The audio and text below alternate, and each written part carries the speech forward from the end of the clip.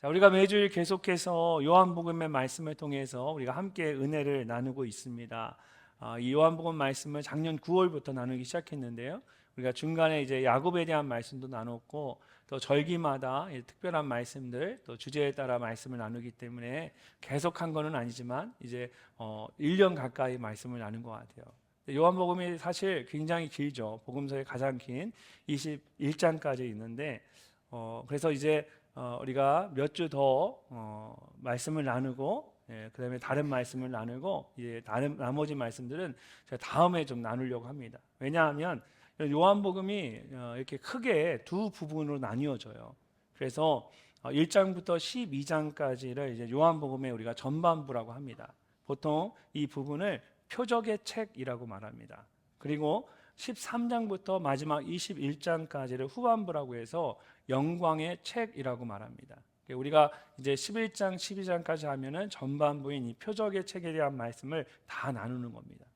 이 전반부인 요한복음 1장부터 12장까지를 이 표적의 책이라고 하는 이유는 예수님께서 행하신 7가지 표적에 대한 말씀들이 여기에 기록되어 있기 때문입니다. 그리고 13장부터 21장까지를 영광의 책이라고 말하는 이유는 예수님께서 고난을 당하시고 십자가에 죽으시고 부활하신 말씀들이 거기에 기록되어 있기 때문입니다. 그렇다면 여러분 지금까지 우리가 함께 살펴본 이 요한복음의 전반부에 나오는 7가지의 표적들은 어떤 것이 있었을까요? 첫 번째 표적은 갈릴리 가나의 혼인잔치에서 예수님이 물로 포도주를 만드신 것입니다. 두 번째 표적은 같은 곳에서 가버나움에 있는 왕의 신하의 아들을 고쳐주신 것입니다. 세 번째 표적은 예수님께서 예루살렘의 베데스다 연못에서 38년 된 병자를 고쳐주신 것입니다. 네 번째는 우리가 잘 아는 것인데 디베라 광야에서 보리떡 5개와 물고기 2마리로 5천 명이 넘는 많은 사람들을 배불리 먹이신 것입니다. 그런 다음에 사람들이 이제 예수님을 자신들의 임금으로 삼으려고 해서 예수님께서 급히 이 제자들을 배를 태워서 갈릴리 바다를 건너가게 하셨습니다. 그리고 예수님께서는 홀로 산 위에 올라가서 기도하는 시간을 가지셨습니다. 그런 다음에 그날 밤에 혼자 바다 위를 걸어서 제자들이 탄 배에 오르셨는데 그것이 예수님께서 행하신 5번째 표적입니다. 6번째 표적은 초막절 절기를 지키기 위해서 예루살렘 성전에 올라가신 예수님께서 날 때부터 맹인이었던 사람의 눈을 고쳐주신 것입니다. 예수님께서 진흙을 이겨서 그의 눈에 바르시고 실로암 연못에 가서 씻으라고 하셨는데 그대로 했더니 그의 눈이 떠지면서 보게 되었습니다. 자, 그러면 예수님께서 행하신 마지막 7번째 표적은 어떤 것일까요? 오늘 본문 말씀에 나오는 것처럼 죽은 지 사흘이 지나서 썩은 냄새가 나는 나사로를 예수님께서 다시 살리신 것입니다. 오늘은 이 마지막 7번째 표적에 대한 말씀을 여러분과 함께 나누려고 합니다. 이전에 몇 번 제가 설명을 드렸지만 요한복음은 다른 복음서와 달리 예수님께서 행하신 이 놀라운 일들을 기적이라고 말하지 않고 표적이라고 말합니다. 왜 그럴까요? 기적과 표적이 어떻게 다른 것일까요? 예수님께서 행하신 첫 번째 표적인 가나 혼인잔치에 대한 말씀을 보면 마지막에 이런 말씀이 나옵니다. 예수께서 이 첫 표적을 갈릴리 가나에서 행하여 그의 영광을 나타내심에 제자들이 그를 믿으니라. 예수님께서 물로 포도주를 만드는 놀라운 일을 행하셨는데 그 일을 통해서 영광을 받으셨습니다. 그리고 성경은 이것을 기적이라고 하지 않고 표적이라고 말합니다. 이처럼 표적은 어떤 놀라운 일 그 자체에 초점이 있지 않습니다. 예수님께서 물을 포도주로 만드는 그 놀라운 일이 중요한 것이 아니라 그 일을 통해서 하나님의 영광을 드러냈다라는 것이 표적입니다. 그것이 표적의 목적이죠. 그런 놀라운 일을 통해서 그 일 자체가 아니라 그것을 통해 뭔가를 드러내고 보여주는 것이 이 표적이 가지고 있는 목적입니다. 예수님께서 행하신 이 마지막 7번째 표적도 마찬가지입니다. 나사로의 죽음을 통해 궁극적으로 드러내고 보여주고 싶은 어떤 것이 여기에 있는 것입니다. 그래서 기적이라고 말하지 않고 표적이라고 말하는 겁니다. 어느 날 나사로가 알 수 없는 병에 걸리더니 그만 죽고 말았습니다. 갑작스러운 나사로의 죽음 앞에 그의 누이인 마르다와 마리아뿐만 아니라 그를 아는 모든 사람들이 큰 슬픔에 잠겼습니다. 그러니까 감당할 수 없는 큰 고난을 만나게 된 겁니다. 상상하지 못했고 예상하지 못했는데 갑자기 그 오라버니가 죽게 되었으니 마르다와 마리아뿐만 아니라 그를 아는 모든 사람들이 얼마나 슬프고 고통스러웠겠습니까? 아마 이 가운데 그런 경험이 있는 분들이 계실 겁니다. 이해할 수 없는 질병이 찾아오거나 갑자기 사업이 어려움을 겪거나 정말 나사로처럼 내가 사랑했던 누군가가 어느 날 갑자기 쓰러지더니 하나님의 부르심을 받아 떠나거나 우리는 이해가 되지 않습니다. 왜 이런 고난이 이 아픔이 갑자기 나에게 찾아오는 걸까? 도대체 하나님께서는 이런 일들을 통해 우리에게 무엇을 보여주고 가르쳐주고 싶으신 것일까요? 첫 번째로 이런 고난은 하나님의 영광을 드러내기 위한 것입니다. 1절과 2절 말씀을 보면 오늘 말씀은 이렇게 시작이 됩니다. 우리 함께 읽어보겠습니다. 어떤 병자가 있으니 이는 마리아와 그 자매 마르다의 마을 베다니에 사는 나사로라.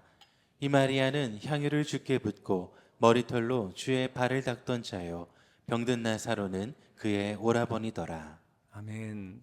오늘 말씀의 중심 인물은 마르다, 마리아 그리고 나사로, 이렇게 베다니에 살고 있던 세 남매입니다. 성경 어디에도 이 세 남매의 부모에 대한 이야기가 없는 것을 보면 그들에게 부모가 없었던 것이 분명합니다. 그런데 그런 세 남매가 친부모처럼 사랑하고 의지했던 사람이 있었습니다.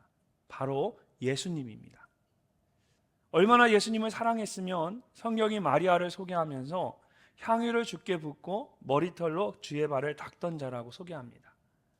사실 이 일은 나사로가 살아난 다음에 있었던 일입니다. 그래서 바로 뒤에 12장을 보게 되면 이 일에 대해서 자세하게 기록하고 있습니다. 그런데 성경이 이례적으로 나중에 일어난 일을 미리 언급하고 있습니다. 왜 그럴까요? 오직 한 가지 이유 때문입니다. 이 말씀을 읽는 사람들에게 마르다, 마리아, 나사로가 예수님을 얼마나 사랑했는지를 먼저 보여주기 위해서입니다.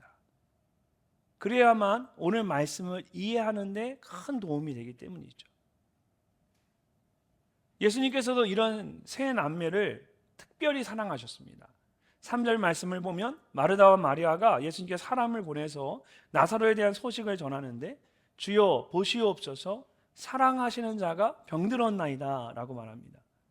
예수님께서 그들을 얼마나 사랑하셨으면 그들도 예수님이 자신을 사랑하신다는 것을 잘 알고 있었습니다.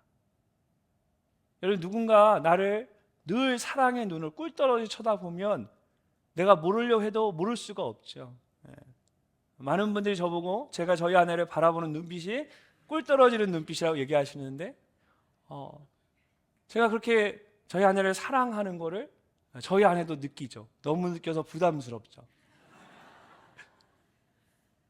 그래서 이 말씀을 묵상하면서 마르다와 마리아가 이 정도로 얘기할 정도면 그들도 주님을 정말 사랑했지만 예수님이 그들을 얼마나 사랑했는지 마르다와 마리아가 그걸 느끼고 그걸 이야기할 정도로 그만큼 예수님이 그들을 사랑했던 거예요. 5절 말씀에서도 예수께서 본래 마르다와 그 동생과 나사로를 사랑하시더니 라고 말합니다. 그런데 이 문장을 헬라어 원어로 이렇게 보면 사실 한 문장이 아니라 두 문장으로 되어 있습니다. 예수께서 진심으로 마르다와 그 동생을 사랑하셨다. 그리고 예수님께서 나사로를 진심으로 사랑하셨다. 무슨 말입니까? 이 말은 예수님께서 이 세 남매를 진심으로 사랑하셨는데 그 중에서도 특별히 나사로를 사랑하셨다는 뜻입니다. 근데 예수님께서 그렇게 사랑한 나사로가 병에 걸려 죽게 되었습니다. 여러분이라면 어떻게 하시겠습니까? 예수님께서 정말 나사로를 누구보다 더 사랑하셨다면 빨리 그에게 가서 고쳐주셔야 했습니다. 근데 예수님께서는 아무것도 하지 않으십니다. 그리고 그것이 마르다 마리아에게 큰 아픔으로 다가왔습니다. 뒤에 21절 말씀을 보면 예수님께서 나중에 오셨을 때 마르다가 예수님께 이렇게 말합니다. 마르다가 예수께 여짜오되 주께서 여기 계셨더라면 내 오라버니가 죽지 아니하였겠나이다. 무슨 말입니까? 반대로 말하면 주님이 여기 계시지 않아서 내 오라버니가 죽었습니다.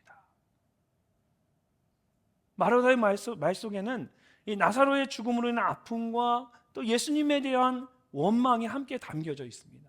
마리아도 마찬가지입니다. 32절 말씀을 보면 예수님께 이렇게 말합니다. 마리아가 예수 계신 곳에 가서 배웠고 그 발에 엎드려 이르되 주께서 여기 계셨더라면 내 오라버니가 죽지 아니하였겠나이다.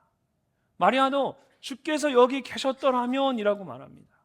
예수님께서 조금만 더 빨리 오셨다면 나사로가 죽지 않고 살 수도 있었다라는 겁니다. 그렇다면 왜 예수님께서는 그렇게 사랑하는 나사로가 병에 걸려 죽게 되었는데 서둘러 그에게 가지 않으셨을까요? 4절 말씀을 함께 읽어보겠습니다. 예수께서 들으시고 이르시되 이 병은 죽을 병이 아니라 하나님의 영광을 위함이요 하나님의 아들이 이로 말미암아 영광을 받게 하려 함이라 하시더라. 아멘. 나는 정말 죽을 것 같은데 예수님께서는 그것이 죽을 병이 아니라고 말씀하십니다. 나는 너무 고통스럽고 괴로운데 오히려 그것이 하나님의 영광을 위한 것이라고 말씀하십니다. 이것이 도대체 무슨 뜻일까요? 나사로가 죽는 것이 어떻게 하나님의 영광을 위한 것입니까? 여러분, 나사로가 병에 걸려 죽고 다시 살아나는 것은 예수님께서 행하셨던 마지막 표적입니다. 이 표적으로 인해서 유대인들은 예수님을 더 죽이려고 합니다.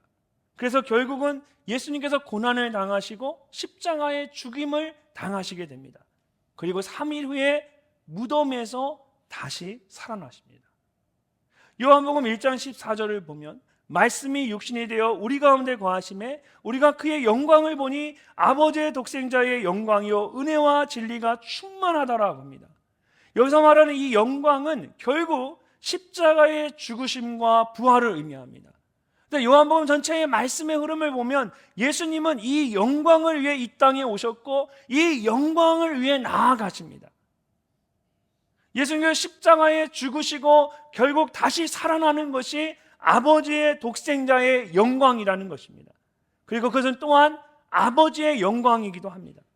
아버지가 아들을 통해 영광을 받으시기 때문입니다.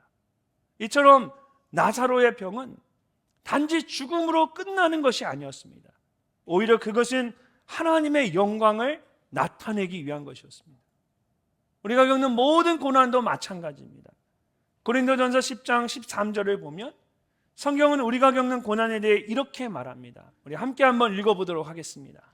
사람이 감당할 시험 밖에는 너희가 당한 것이 없나니 오직 하나님은 미쁘사 너희가 감당하지 못할 시험 당함을 허락하지 아니하시고 시험 당할 즈음에 또한 피할 길을 내사 너희로 능히 감당하게 하시느니라. 아멘. 하나님께서는 우리가 감당할 수 없는 시험을 허락하지 않으십니다. 여러분 믿으십니까? 혹시라도 감당할 수 없을 때에는 피할 길을 내셔서 그 또한 감당하도록 하십니다. 이 말은 우리가 겪는 모든 고난이 결국은 하나님의 주권 아래, 하나님의 통치 아래 있다라는 것입니다. 그러므로 우리는 어떤 고난 가운데서도 두려워해서 안 됩니다. 오히려 이 일을 통해서 하나님께서 이루시고자 하는 것을 기대해야 합니다. 이 병이 죽을 병이 아니라 하나님의 영광을 위한 것이라고 말씀하신 것처럼 결국은 이 일을 통하여 하나님의 영광을 드러내실 것이기 때문입니다. 고난을 통해 하나님의 영광을 보는 은혜가 여러분 모두에게 있으시기를 주님의 이름으로 축복합니다. 두 번째로, 고난은 하나님의 일을 하게 하기 위한 것입니다. 하나님의 일을 위한 것이에요. 말씀을 보면 마르다와 마리아가 예수님께서 계신 곳에 사람을 보내서 나사로가 병들었다는 소식을 전합니다. 근데 예수님께서는 바로 나사로에게 가지 않고 이틀을 더 계신 곳에 머무르셨습니다. 지금 예수님께서는 예루살렘에 있는 유대인들을 피해서 요단강 동쪽에 와 계셨습니다. 그리고 나사로가 살던 곳은 예루살렘에서 3km밖에 떨어지지 않은 베단이라는 곳이었습니다. 예수님이 계신 곳에서 그 요단강 동쪽에서 그곳까지는 걸어서 하루 정도의 시간이 걸리는 거리입니다. 당시 유대인들은 사람이 죽으면 그 영혼이 3일 동안 그 몸에 남아 있는다라고 믿었습니다. 근데 마르다가 보낸 사람이 예수님께 오는데 하루가 걸렸고, 예수님께서 나사로가 병들었다는 소식을 듣고 이틀을 더 계시던 곳에 머무르셨습니다. 이미 3일이 지난 겁니다. 그렇다면 이제 예수님께서 나사로에게 가신다고 해도 나사로가 죽은 지 3일이 지났기 때문에 아무런 소용이 없습니다. 이미 시신이 썩기 시작했고 영혼도 떠나버려서 이제는 예수님께서 하실 수 있는 일이 아무것도 없었습니다. 그런데 그때 예수님께서 제자들에게 말씀하십니다. 유대로 다시 가자. 여기서 이 유대는 예루살렘을 말하는 것입니다. 예수님께서 제자들에게 우리가 예루살렘으로 다시 가자라고 말씀하시니까 제자들이 깜짝 놀랐습니다. 왜 그랬을까요? 8절 말씀을 보십시오. 제자들이 말하되 랍비요, 방금도 유대인들이 돌로 치려 하였는데 또 그리로 가시려 하나이까. 얼마 전까지 예수님께서는 예루살렘에 머물면서 성전에서 말씀을 전하셨습니다. 나는 생명의 떡이다, 나는 세상의 빛이다 라고 말씀하셨고, 태어날 때부터 앞을 보지 못했던 사람을 고쳐주셔서 볼 수 있게 하셨습니다. 그러면서 예루살렘에 있던 유대인들이 예수님을 점점 배척하기 시작했습니다. 심지어 10장 30절을 보면 예수님께서 유대인들에게 나와 아버지는 하나이다 라고 말씀하셨는데, 여러분, 유대인들에게 하나님은 그 이름조차 함부로 언급할 수 없는 유일하신 하나님입니다. 그런데 예수님께서 스스로 내가 곧 하나님이다 라고 말씀하시니까 그들이 더 이상 참을 수가 없었던 겁니다. 10장 31절을 보면 이렇게 말합니다. 유대인들이 다시 돌을 들어 치려 하거늘 흥분한 유대인들이 예수님을 돌로 쳐서 죽이려고 했습니다. 결국 예수님은 그들을 피해서 예루살렘을 떠나야만 했습니다. 그런데 예수님께서 그런 고통과 고난의 자리로 다시 돌아가자라고 하신 겁니다. 제자들은 정말 가고 싶지 않았을 겁니다. 왜 굳이 그 힘든 곳으로 가느냐? 왜 굳이 그 고난의 자리로 우리가 들어가야 합니까? 그런데 어쩔 수 없이 가야만 하는 거예요. 그런 제자들에게 예수님께서 중요한 사실 한 가지를 가르쳐 주십니다. 9절과 10절 말씀을 함께 읽어보겠습니다. 예수께서 대답하시되 낮이 12시간이 아니냐. 사람이 낮에 다니면 이 세상의 빛을 보므로 실족하지 아니하고 밤에 다니면 빛이 그 사람 안에 없는 거로 실족하느니라. 아멘. 예수님께서 갑자기 뜬금없이 낮과 밤에 대해 말씀하십니다. 무슨 뜻일까요? 이것은 두 가지로 해석이 가능합니다. 첫째는 예수님의 사역과 관련해서입니다. 9장 4절을 보면 예수님께서 이 말씀과 아주 비슷한 말씀을 하셨습니다. 때가 낮음에 나를 보내신 이의 일을 우리가 하여야 하리라. 밤이 오리니 그때는 아무도 일할 수 없느니라. 예수님께서는 하나님의 일을 하는 그 시간이 곧 낮이라고 말씀하고 있습니다. 비록 제자들이 염려하고 있는 것처럼 예루살렘으로 올라가면 마치 밤과 같이 많은 위험이 그곳에 기다리고 있지만, 적어도 예수님께서 하나님의 뜻을 따라 일하시는 그 동안은 낮과 같이 안전하다라는 겁니다. 이것을 사역의 원리라고 말합니다. 하나님의 일을 하는 동안은 하나님께서 나를 지켜주신다는 겁니다. 두 번째로 이런 사역의 원리는 예수님과 함께 동행하는 제자들에게도 똑같이 적용이 됩니다. 요한복음 8장을 보면 예수님은 스스로를 세상의 빛이라고 말씀하셨죠. 그러면서 나를 따르는 자는 어둠에 다니지 아니하고 생명의 빛을 얻으리라 말씀하십니다. 빛 대신 예수님과 함께하는 동안에는 예수님께서 우리에게 빛이 되어주시기 때문에 어둠이 우리를 삼킬 수 없다라는 겁니다. 그러므로 예수님과 함께할 때에 우리가 가장 안전합니다. 이것을 동행의 원리라고 말합니다. 동행의 원리. 결국 예수님의 말씀을 정리해 보면 고난의 때에 우리는 두 가지를 기억해야 합니다. 먼저는 내가 지금 주님의 일을 하고 있는가입니다. 내가 지금 주님의 일을 하고 있는가? 주님의 일을 하고 있다면 어떤 고난 가운데서도 나는 안전합니다. 두 번째는 내가 지금 주님과 동행하고 있는가입니다. 내가 주님과 함께 있다면 어떤 고난 가운데서도 두려워할 필요가 없습니다. 주님께서 나를 끝까지 지켜주시기 때문입니다. 이것이 예수님께서 두려워하는 그 제자들에게 말씀하신 사역과 동역의 원리입니다. 예수님과 함께 있고 하나님의 일을 하고 있다면 우리는 어떤 상황에서도 두려워할 필요가 없습니다. 우리는 고난 가운데 자꾸 고난을 생각하는 것이 아니라 이 두 가지 영적인 원리를 기억해야 하는 것입니다. 이런 마태복음 28장 마지막 말씀을 보면 부활하신 예수님께서 제자들에게 마지막으로 하셨던 말씀도 결국 이 두 가지를 말씀하고 있는 겁니다. 예수께서 나와 말씀하여 이르시되 하늘과 땅의 모든 권세를 내게 주셨으니 그러므로 너희는 가서 모든 민족을 제자로 삼아 아버지와 아들과 성령의 이름으로 침례를 베풀고 내가 너희에게 분부한 모든 것을 가르쳐 지키게 하라. 예수님께서는 이제 세상 가운데 홀로 남겨질 제자들에게 두려워하지 말라고 하시면서 내가 너에게 분부한 모든 것을 가르쳐 지키게 하라고 말씀하셨습니다.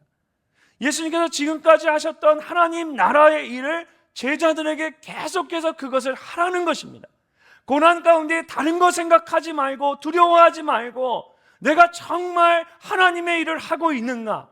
내가 너에게 분부한 그 모든 것에 집중해서 너희는 그 일을 해라. 그러면서 이렇게 말씀하십니다. 볼지어다 내가 세상 끝날까지 너희와 항상 함께 있으리라. 예수님께서 그들과 항상 함께 계시겠다라는 겁니다. 왜 그렇습니까? 예수님께서 말씀하신 사역과 동역의 원리처럼 그들이 계속해서 고난 가운데 하나님의 일을 하면 예수님께서 그들과 끝까지 함께 하시겠다라고 약속하신 겁니다.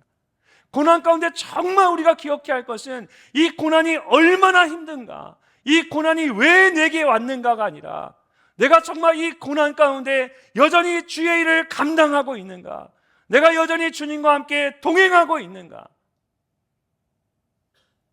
이 사역과 동행의 원리입니다. 오늘 본문 말씀의 마지막 16절을 보면 의심하는 도마가 우리도 주와 함께 죽으러 가자라고 말합니다. 대부분의 성경학자들은 이 일이 도마의 믿음에서 자발적으로 나온 말이 아니었다라고 합니다. 이 말씀을 읽는 모든 사람들에게 깨닫게 하고 도전을 주기 위해서 하나님께서 일부러 이 도마의 입술을 통해 이 말을 하게 하셨다라는 겁니다. 사랑하는 성도 여러분, 고난 가운데 우리가 사는 길은 주님과 함께 죽는 것입니다. 주님의 일을 위해 고난받기를 자처하면 그 고난 가운데서 주님께서 우리와 함께 하십니다. 그리고 우리를 끝까지 지켜주십니다. 우리가 이런 영적인 원리를 알면 나와 함께 유대로 가자라는 그 주님의 말씀에 우리도 주와 함께 가자라고 담대하게 말할 수가 있습니다. 그렇게 고난 가운데서도 담대하게 주의 일을 감당하는 여러분 모두가 되시기를 주님의 이름으로 축복합니다. 마지막으로 고난은 우리로 하여금 하나님을 더욱 온전히 믿게 하기 위한 것입니다. 11절을 보면 예수님께서 나사로의 죽음에 대해 이렇게 말씀하십니다. 이 말씀을 하신 후에 또 이르시되 우리 친구 나사로가 잠들었도다. 그러나 내가 깨우러 가노라. 예수님께서는 유대로 다시 가자라고 말씀하신 후에 뜬금없이 나사로가 잠들었다라고 말씀하십니다. 그래서 그를 깨우러 간다라고 하십니다. 이 말씀을 들은 제자들은 정말로 나사로가 잠들어 쉬는 것으로 알았습니다. 그래서 그러면 나아지지 않겠습니까? 그냥 내버려 두면 되지 않습니까? 이렇게 말합니다. 예수님께서는 나사로의 죽음을 은유적으로 잠들었다라고 말씀하셨는데 제자들은 그 의미를 알지 못했던 겁니다. 그래서 예수님이 다시 제자들에게 나사로가 이미 죽었다라는 사실을 알려주십니다. 자, 그러면서 15절 말씀을 보면 우리가 쉽게 이해할 수 없는 이상한 말씀을 예수님이 하십니다. 함께 읽어보겠습니다. 내가 거기 있지 아니한 것을 너희를 위하여 기뻐하노니 이는 너희로 믿게 하려 함이라. 그러나 그에게로 가자 하시니. 아멘. 예수님은 자신이 나사로가 있는 곳에 있지 않고 이렇게 멀리 떨어져 있는 이곳에 있는 것이 기쁘다라고 하십니다. 왜 그럴까요? 이는 너희로 믿게 하려 함이라 말씀하신 것처럼 이 일로 인해서 아직 믿음이 적은 제자들이 온전히 믿게 될 것이기 때문입니다. 여러분, 복음서를 보면 예수님께서 제자들에게 믿음이 없다라고 말씀하지 않으십니다. 항상 믿음이 적은 자요, 믿음이 작은 자요라고 말씀하십니다.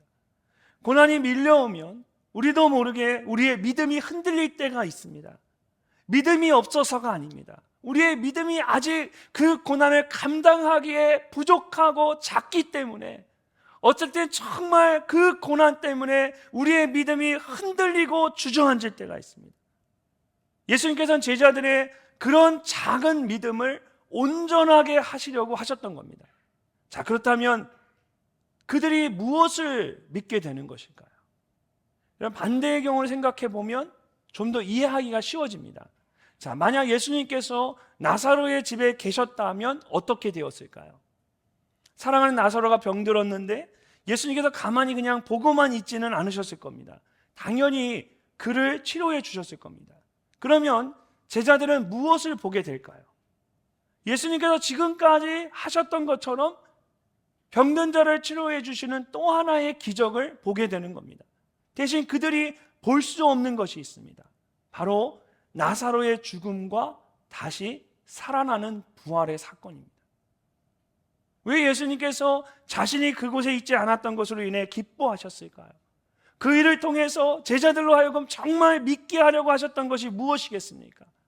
나사로와 같이 몸과 영혼이 완전히 죽었던 사람이 다시 살아나는 것이 가능하다라는 것입니다. 그래야만 앞으로 예수님께서 죽으시고 다시 살아나셨을 때 그들뿐만 아니라 많은 사람들이 그것을 믿을 수 있기 때문입니다. 지금까지 그들의 믿음은 눈에 보이는 것만 믿는 작은 믿음이었습니다. 근데 예수님께서는 그들이 보는 그 보여지는 것뿐만 아니라 보이지 않는 수많은 영적 세계가 있음을, 영원한 것이 있음을 제자들의 눈이 열려져서 보기를 원하셨던 거예요. 실제로 그 다음 12장 말씀을 보면 나사로의 죽음과 부활의 사건을 통해서 놀라운 일이 일어나기 시작합니다. 12장 11절 말씀을 보십시오. 나사로 때문에 많은 유대인이 가서 예수를 믿음이로라. 죽었다가 살아난 나사로로 인해서 많은 사람들이 예수님을 믿기 시작합니다. 그리고 그 다음에 17절과 18절에도 비슷한 말씀이 나옵니다. 나사로를 무덤에서 불러내어 죽은 자 가운데 살리실 때에 함께 있던 무리가 증언한지라. 이에 무리가 예수를 맞음은 이 표적 행하심을 들었음이로라. 나사로가 죽었다가 다시 살아난 것이 살아있는 하나의 표적이 되어서 더 많은 사람들이 예수님을 믿게 되었습니다. 표적을 본 사람들이 예수님을 믿게 되었고 다시 그 사람들이 자신들이 보고 믿게 된 것을 전함으로써 더 많은 사람들이 예수님을 믿게 되었습니다. 이전까지는 예수님을 배척하고 돌을 들어 죽이려고 했던 사람들이 예수님을 맞아들이기 시작한 겁니다. 더 나아가서 그 다음 19절 말씀을 보면 예수님을 대적하고 죽이려고 했던 바리새인들이 모든 것을 체념하듯 이렇게 말합니다. 바리새인들이 서로 말하되 볼지어다 너희 하는 일이 쓸데없다. 보라 온 세상이 그를 따르는도다.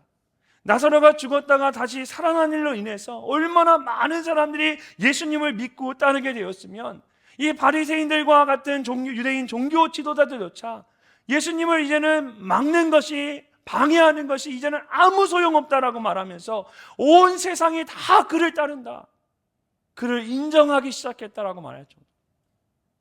여러분, 이처럼 나사로가 죽고 다시 사는 것으로 인해 나사로 한 사람만 다시 살아난 것이 아니었습니다.